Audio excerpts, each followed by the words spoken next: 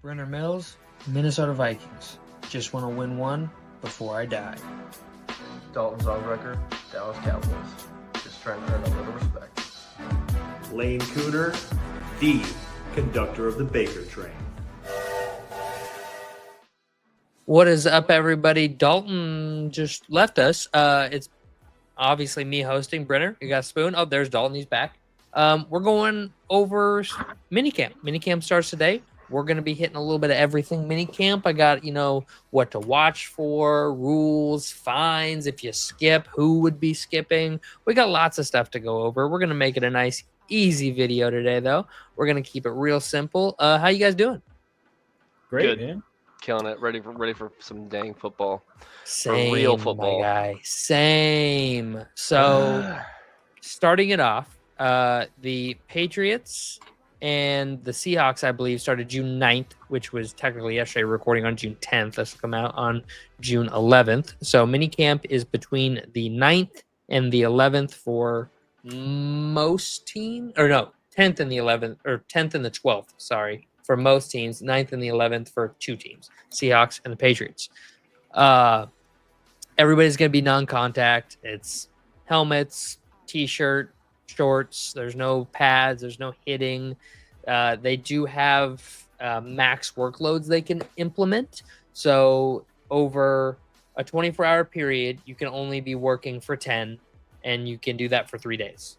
And you can make it mandatory for people to show up. So over the past few weeks, it's been OTAs, which are organized team activities. Those are, you send out, hey guys, we'll be at the facilities these days. Show up if you want to get some work in, right? We'll be doing practices, walkthroughs, playbook installments, stuff like that. Show up if you want to.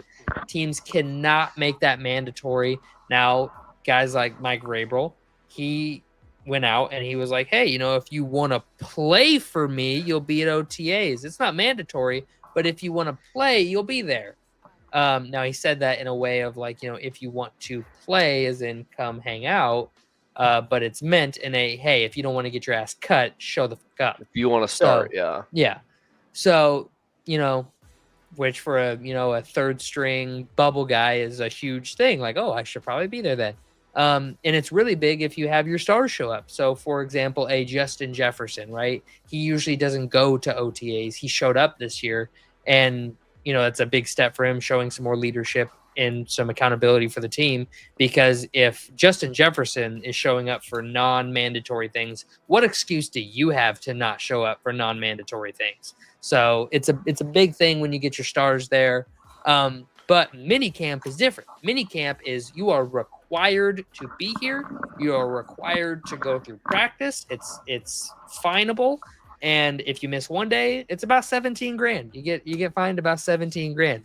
If you miss 2 days, it's about 34 grand, and tack on another 17,000 for every day you miss. So up to 3 days, obviously.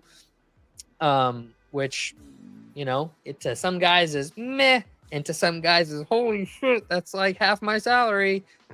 So most of the lower end guys will always show up. There's guys like, for example, Terry McLaurin, Marshawn Lattimore, guys that are older and kind of look for new contracts that didn't show up. James Cook did show up today, but I was going to bring that up. Yeah, when he was asked about it, he literally gave the Marshawn answer of, I'm here so I don't get fined. He literally said, I'm here because I like my money. Like, he does not want to be a part of the Bills organization because they're refusing to pay him. And he showed up to make sure he could get his money. Jalen Ramsey didn't show up today because he wants to be traded. Trey Hendrickson, Bengals DN, wants to get a new contract. Bengals rookie Shamar Stephen, or Shamar Stewart. Shamar Stephen is an old D tackle of the Vikings. He is there, but not practicing, not playing, not going out on the field, because he has not yet signed his rookie contract because they are, in his mind, selling him short and not giving him what he deserves. So I don't know what that is. He has said several times that he's not asking for anything out of the ordinary. The Bengals have paid this to rookies in the past. So I don't know what the deal is there. And when he was asked about it, he said it's their contract. They can do what they want, but I don't have to sign it.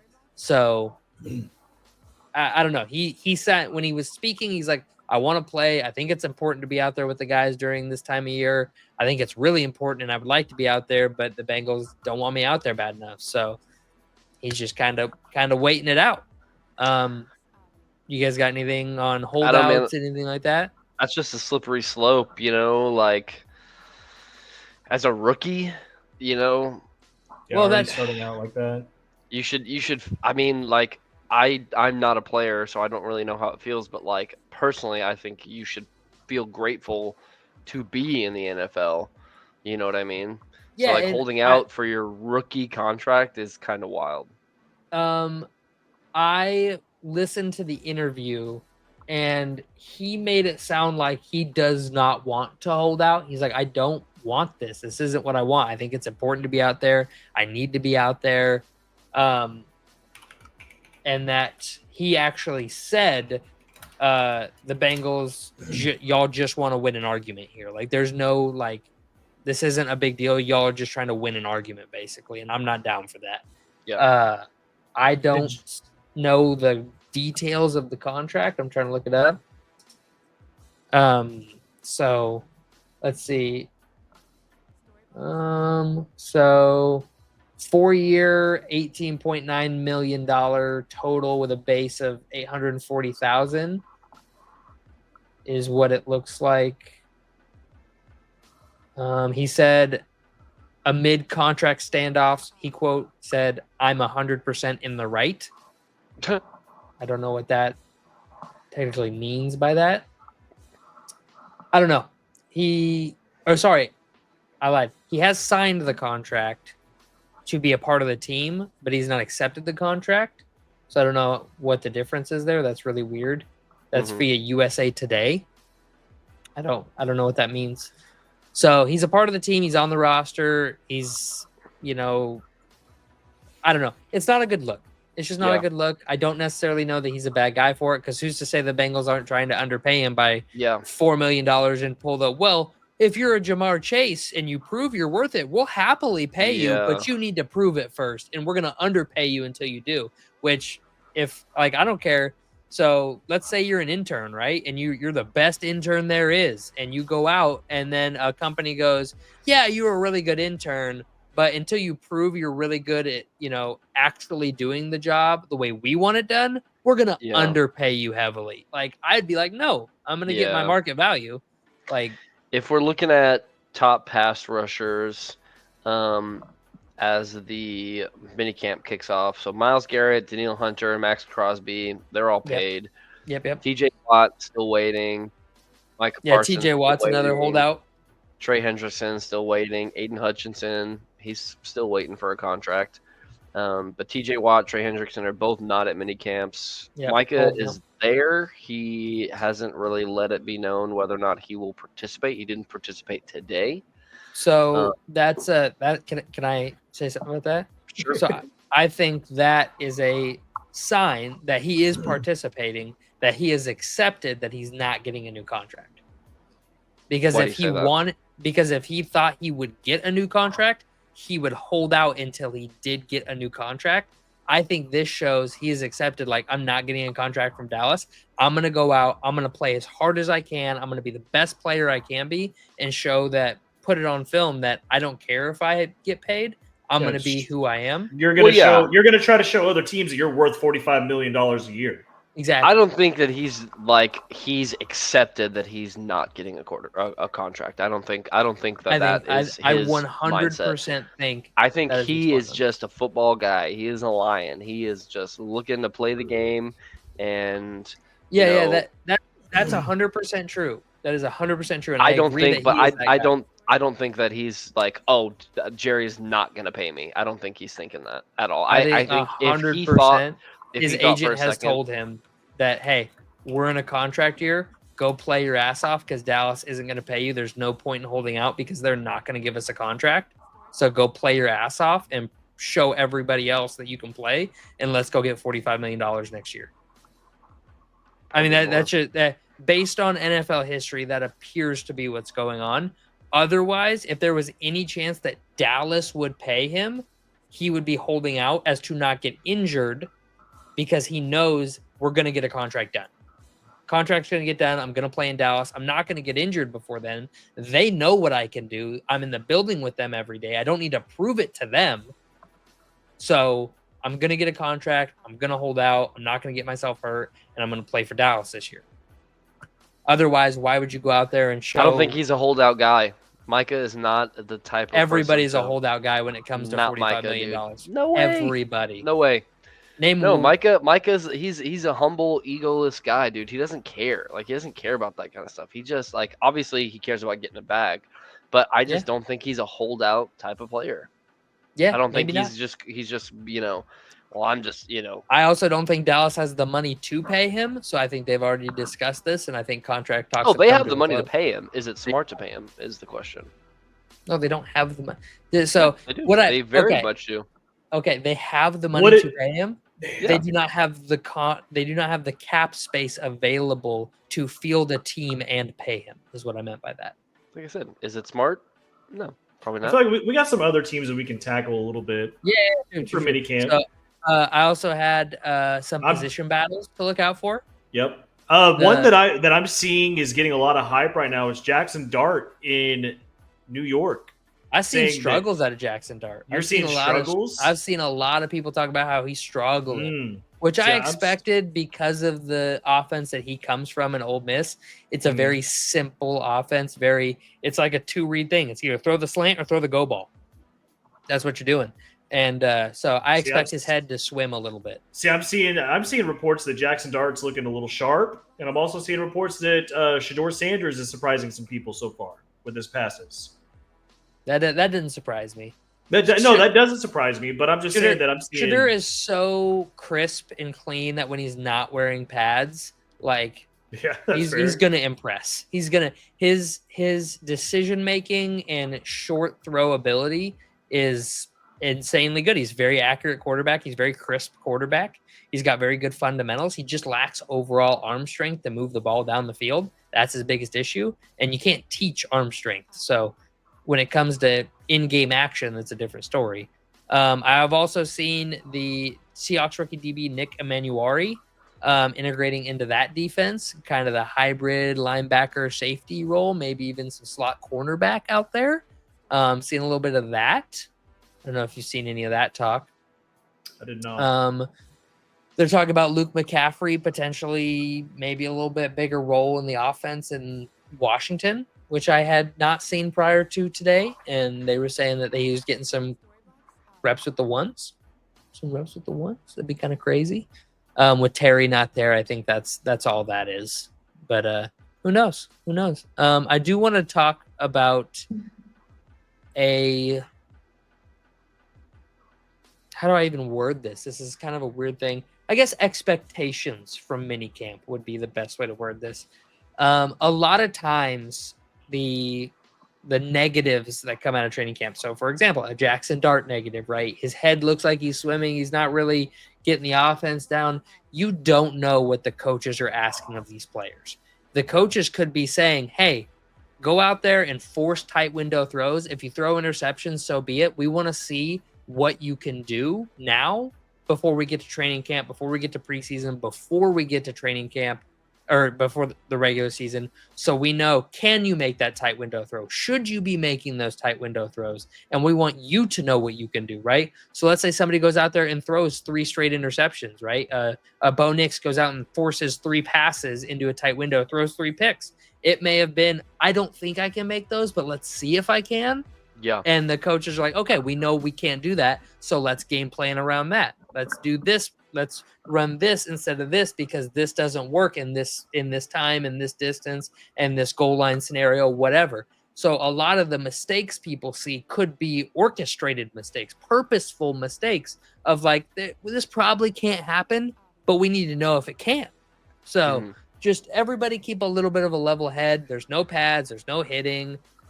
Rookie focus. So you're going to see a lot of rookies getting a lot of time against other high, like, Nick Emanuari in Seattle. You're going to see him integrated so they can see what they have, so they can get their hands on him and really find out what he can do against other NFL caliber players.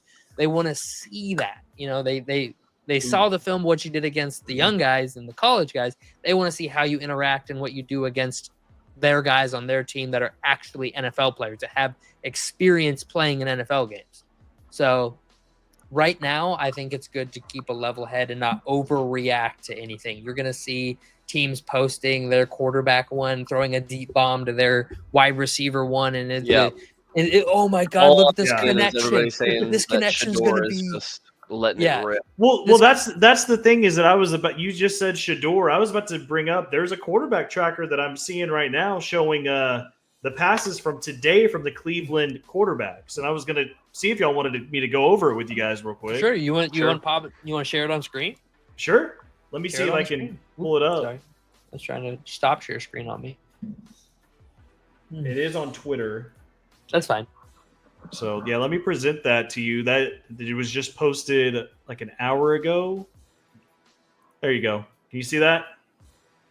Yep. So these are the passes from the Cleveland quarterback room today. Huh.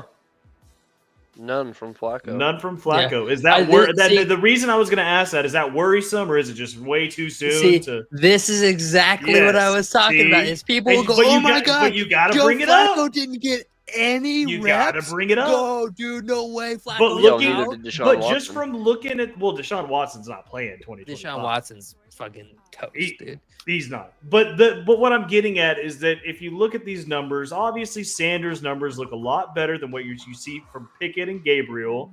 Does Shador are they're giving him a lot of reps? Could it be possible that he maybe moves up the quarterback depth chart if he keeps not this early? It's not this no training camp. If he performs like this in training camp with the 2s or the 3s, then you might have a chance where he starts getting some 1s work, and then 2 or 3 weeks into training camp, you're getting 20% of the reps with the 1s, and then you really impress in those 2 or 3 reps every period, and then you're moving on. You're getting 50. When Shador Sanders starts taking 50% of the reps with the 1s, I'll throw up a flag and be like, okay, we're in the zone. Like, this could be something. But this right here is exactly what I was talking about. They want to see how Shador Sanders interacts with real NFL players. They want to see how Dylan Gabriel interacts with real NFL players. And you'll notice this isn't the depth chart. Gabriel was taken ahead of Sanders in the draft. Gabriel got more reps because he's playing with the 1s right now, right? Pickett's with the 2s, Sanders with the 3s, and so they're getting more reps with the rookies because they have tape on Pickett against NFL players. Yes, they want to see what he can do against their guys. They want to see with their own eyes, but they have zero experience of the rookies with NFL players. So they're going to get those guys as many looks as possible. Exactly. Sanders could be playing the 93-man roster that they have right now. He could be playing the bottom 10 guys on that roster on defense, right? So he could be playing against guys that won't even be on the practice squad come August and September. So we don't know who they're playing against. What I do like to see is that the Browns are being smart. They're not giving Joe Flacco any time, which you know what Joe Flacco is. He knows what he's going to do. He's going to get reps in OTA or in training camp. He's not going to waste his time in minicamp getting a bunch of reps when the guys are actually there. Like, they don't need to see Joe Flacco. Does Joe Flacco need reps? Yes, he'll get them in training camp. Does he need minicamp reps? Absolutely not. He does not need to throw in shorts and a t-shirt. They know what they're getting. Sanders, they don't know what they're getting. Gabriel, they don't know what they're getting. Pickett, they've never seen it with their own eyes in their building. So they're going to get him some reps. I do think this is the kind of thing we're going to see over the next couple of days. We're like, oh, dude, Shador Sanders. Shador Sanders. No, I just wanted to bring it up because it was like, I don't know. I thought it was interesting. I want to see some statistics coming out of it was like minicamps. I want to see some stuff. I want to see some cool things. You cut out, Brenner. Lost you. I can't hear you. Lost your brother. Nope. While he is working on that, yeah, man, I totally agree with any sort of speculation. Yeah, it's just it makes it interesting. It makes it more fun to. Hello. Yep, I can hear you now. It makes it more. It makes the mini camps a little more fun when you have some kind of statistics that you can like look at. You can see the reps these guys are getting. You can see what they're doing. Yeah, absolutely. I agree completely. Should you blow what we just showed you out of proportion? No, not at all. Did you guys hear my stat though? Did I cut out before you got the stat in? Yeah, you cut out before the stat. So the stat I gave was JJ McCarthy broke Tom Brady's OTA touchdown record. Who did? It was a joke. I said JJ McCarthy broke Tom Brady's OTA touchdown record. There's no such thing as an OTA. No, there's not. I've seen that tweet 40 times, and it gets funny. I was trying to figure out who you were trying to compare him to. I was like, what? Okay. I mean, obviously JJ McCarthy, Michigan boys, both won national championships at Michigan. I mean, both white. I mean, it's kind of a no-brainer. Yeah, I'm just, 2 legs. Like the big news. Have hair going out of the top of their head. Exactly. I'm seeing that the Eagles. Like the Eagles had their mandatory mini camp today. Everybody is 100% in attendance, so they're having. Vikings had 100% attendance. A lot of teams. The Buccaneers had 100% attendance. Yep. Now, a lot of teams are going to get that. I was going to stick to the quarterback scenario, and I was going to bring up Trevor Lawrence. I don't know if y'all heard anything about him. I have not. There's reports that he showed up in a sling today. He did not. He showed up in a sleeve. An arm sleeve. So I guess he had some soreness in his throwing arm. Hear that, Dalton? He had some soreness. He had some soreness. Soreness in Very his arm. weird. That's Very totally weird. normal. Why? How is that normal? That's what I was trying. Time off. Dalton, whenever you go and lift weights every day and you're throwing every day and you haven't been throwing every day in a couple months, you get a little sore. The arm's you got to break the arm back in. That's what he came out and said. He did come out and say that he was just wearing a sleeve because he had arm soreness because he threw the ball a lot last week. Yeah, that's all it is. I was just wanting to ask quick question. You shouldn't not be throwing the ball. I believe in having rest for an off season, but you shouldn't go a week. You should not go a week without having a day. They're throwing for an hour a day to keep in form and keep that stuff. Throw longer. 8 hours a day. Throw longer than an hour a day. Okay, going from 3 hours of throwing a day to 8 hours of throwing a day will still make your arm longer. Sore. Be better in the off season. Like work out more. You should not be sore coming into the season. That's just irresponsible. I mean, this is a common thing among quarterbacks and pitchers. I mean, this happens but how? Take better care of yourself. But that's work out better, be more consistent. Stop saying when you work out, you should never be sore. I know that if you take off a lot of time and then work out again, you are going to be more sore than if you had worked out that whole time. Yeah. They're going to be more sore, but that doesn't mean you're not sore. If I go to the gym for 30 minutes every day and then I start going for 2 hours every day, I'm going to be way more sore. Are we hearing this throughout the season? Do we hear this throughout the season? No, because they've been throwing for 8 hours a day for 4 months already at that point. Okay, then make it happen. But Higgins. Okay, I got something I want to show y'all real quick. Because while y'all are talking, I'll throw it back up on the screen. I am keeping some... what do we got here? It might be the catch of the day. Oh my God! See, that's what I was talking about. All right, yeah, there you go. Hold on, let me go. Oh, we got buffering. Okay. All right, there you go. CJ Stroud today throwing to rookie Higgins with a one-arm grab. I love seeing that. Iowa State boy. I love seeing that. So I don't want to talk too much on Higgins, but I'm actually kind of high on him. Let's stop the buffering. I'm tired of that. I'm kind of high on him. He is projected to be the wide receiver 2 in Houston. Yeah. Behind Nico. Behind Nico. I don't know if y'all are seeing anything with him. Are y'all excited to watch him be the wide receiver 2? Do you think he has it in him? Do you think you're going to see a good season out of him? So we didn't get to this. I think Nico is going to be amazing. I think all the receivers there in Houston are going to be amazing to fully clarify and answer your question. We didn't get to this in another episode that we recorded, and I want to ask you guys a couple questions. You mind? Okay. They're start bench cuts. Okay, we were supposed to do them in another episode. We didn't get to them. Okay. Episode ran kind of long, so I'm gonna bring them up today. Nico Collins is the one that sparked this in me. All right, so start bench cut. Nico Collins, Puka Nacua, and Malik Neighbors. Nico Collins, Puka Nacua, and Malik Neighbors. Start, bench, cut. God, that's tough. I'm going in order. Start Nico, bench Puka, cut Neighbors. I would start Puka and then cut Neighbors. Spoon? Y'all don't like Malik Neighbors. I love It's not Malik that I Neighbors. don't like Malik I think Neighbors. I think he's a good. I think he's the second best LSU wide receiver out of last year's draft class. Yeah, I believe that. It's not that I don't like him. I just like Puka. I like more than Nico and anybody else. Puka a lot more. Yeah. So they're different. They're They so are. different. They are. Because Two of them can do Puka- almost everything, and one of them is a slot merchant. I said it. Who's the slot merchant?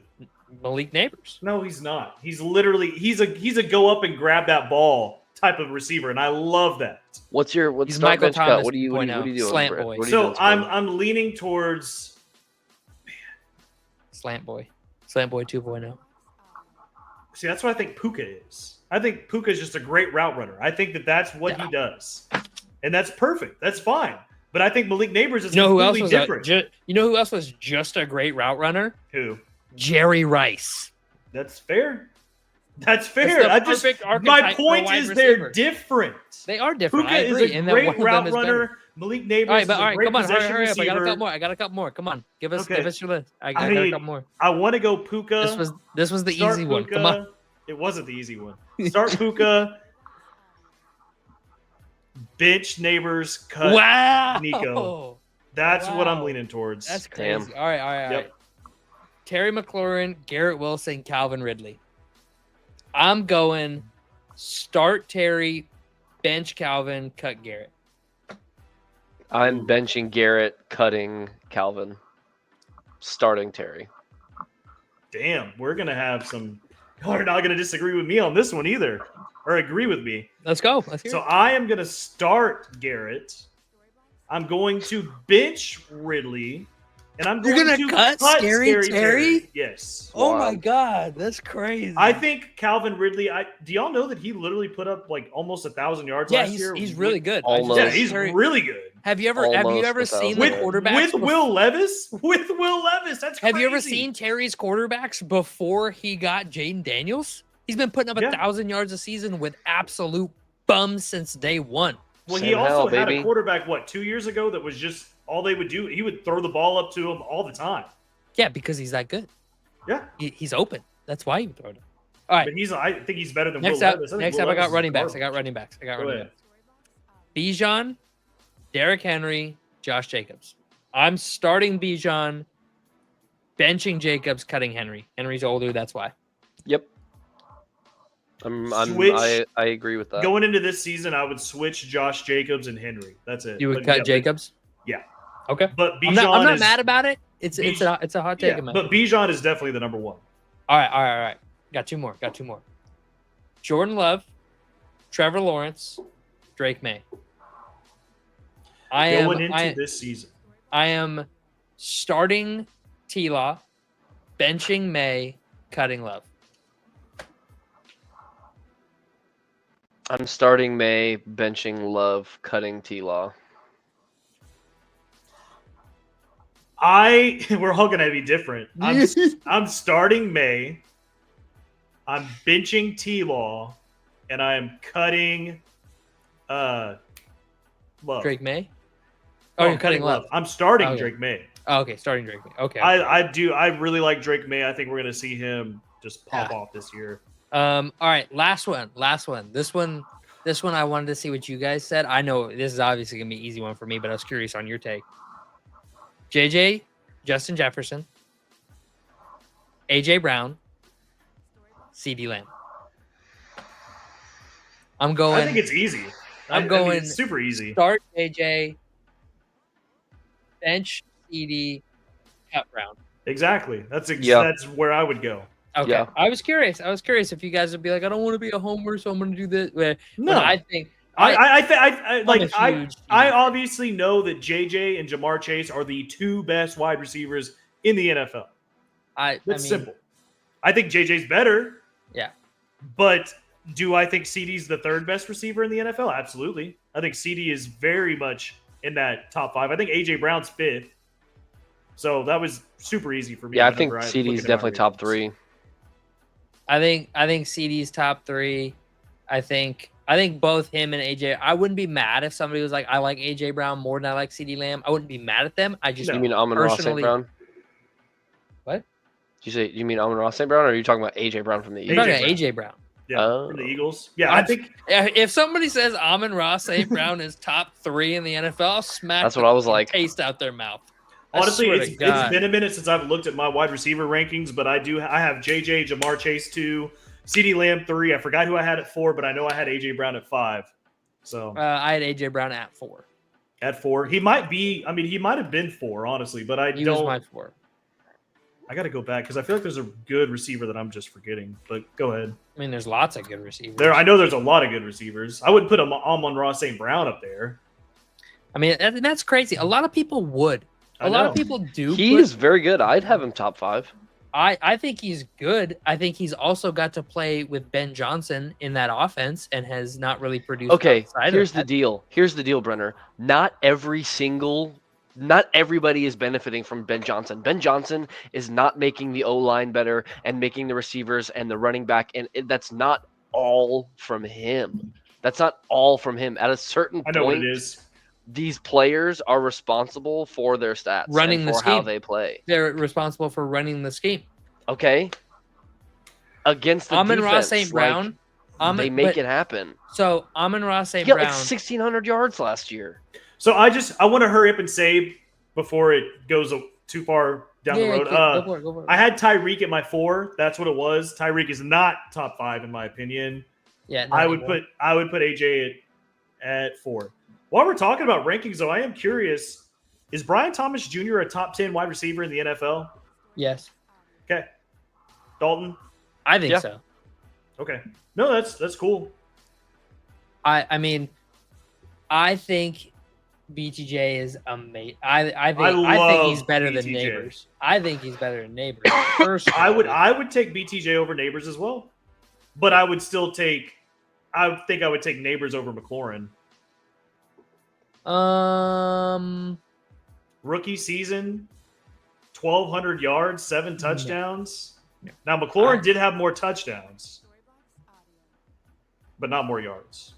I like Brian Thomas Jr. I really like Brian. And Thomas Neighbors Jr. was the only thing that the Giants had last year, the only one, and teams still couldn't really stop him. You know what's crazy? I didn't know this. Among qualified receivers, so guys with at least 50% of 171 targets, that's the minimum qualification for this. Ladd McConkey was 4th in the NFL in receiving yards. Underrated. That's fucking crazy. Yeah. He's an underrated player for sure. That is insane. He did only have the 8 touchdowns. He's the only dude in the top 6 that didn't have double-digit touchdowns, which is even crazier. Shout out to Mike Evans having 12 touchdowns at 17th in yards. Only guy in the top, outside of the top 6 until you get to T. Higgins down at 32nd. T. Higgins and Mike Evans are the only 2 dudes with double-digit touchdowns, not in the top 6 in yards. That's wild. That is really wild. Ladd McConkey had 8 touchdowns. Justin Herbert only threw 23. Yeah, that's a lot. One thing to know, though, about Ladd McConkey, which you're going to hate me for this. I know you are. Me? Yes. I know you're not. You're not going to. If you're about to jump back on this Adonai or Xavier Worthy over Ladd McConkey thing, I will come through this computer right now. No, what I'm going to just say is that his first 6 games, he only broke 50 yards once. He kind of got most of his stats towards the end of the season, which I get that he probably came on. He's a rookie. And I do think that, I mean, he only had 4 games over 100 yards, and one of those he almost had 200 yards, which was the loss to Houston. So I don't know if I think he just started coming on at the end of the season, and I'm curious if he's going to be able to hold that up going into next season. I'm not saying he's bad. Do not get me wrong. I'm not shitting on that. I know. I'm just saying, is he going to be able to uphold that going into next season and keep that going, that momentum that he gained at the end of the season? So no, I'm curious. I'm excited to see it. I'd like to backtrack for just a second. Okay. Back to the Amon-Ra St. Brown thing. He has the lowest average depth of target inside the top 25 receivers in yards from last year. Anybody over 1,000 yards. Of everybody, which is 23 receivers, anybody over 1,000 yards had a higher average depth of target than Amon-Ra St. Brown. Amon-Ra St. Brown had an 8.3 average depth of target. What that says to me, and correct me if you guys feel differently. A lot of short routes. A lot of underneath screens, a lot of 10-yard routes, a lot of slants, a lot of out routes, a lot of one breakers that have a clear out route, and then you come into the cleared out zone. That's scheme. That is not you winning a route. That is scheme based. And that is what I meant by that. Is he a talented receiver? Yes. Is he worthy of being in the top 15? 1,000%. But if he is not in Ben Johnson's offense, I do not think he's putting up 1,400 yards a year. I think he can put up 1,000 yards a year in almost any offense. That's what I was gonna ask. Do you think he breaks 1,000 yards next season? I do, because he only got 15 guy. He got 1,263 last year, so he got 14. Well, yeah, you have playoff yards. Yeah. I'm not looking at I'm just looking at the regular. I'm looking at the total yards. Yeah. See, I'm just looking at the regular season. He had 1,263 yards. Do you think he breaks? So you do think he breaks 1,000? Yeah, I think he breaks 1,000 yards in just about anybody's offense. Like if you get, he's a wide receiver 1. He is definitely a wide receiver 1, regardless. Like he's a top 15 receiver. There are not 15. There might not. He might be a border. He's probably a top 10 guy. I doubt there's 10 dudes on the planet better than him. I would probably say that. But I can for sure say there are 5 to 7 dudes better than him that I personally believe that if you in a vacuum are better than him. Sure. Do you care if I ask you some of them? Yeah. So I got Jamar Chase, Justin Jefferson, AJ Brown, CeeDee Lamb, Nico Collins, Puka Nacua, and then you can old Devontae Adams is kind of a. I would probably say yes for last season, maybe not yes this season. Would you take Brian Thomas Jr. over him? I already should know the answer. Like if I had Amon-Ra and you had Brian Thomas Jr., you wanted to do player for player swap? Yeah. Yes. Okay. Because of age, though. That's fair. And I'm talking in a vacuum here. I see them as very similar, even players talent-wise, in a vacuum. Okay, I have a good one. What about Jackson Smith and Jigba? I would take Amon-Ra St. Brown over JSN. Okay. I love JSN. I love JSN. He has yet to have 1,000 yards without DK Metcalf taking double coverage for half the game. So I got to see that first. Would you take Garrett Wilson over Amon-Ra? No. I'd take Amon-Ra St. Brown. I wouldn't either. So I think you're Drake London. Would you take Drake London over Amon-Ra St. Brown? That one's a good one. They're pretty comparable. People are going to hate on that. People are going to hate on that, but I would probably lean Amon-Ra St. Brown.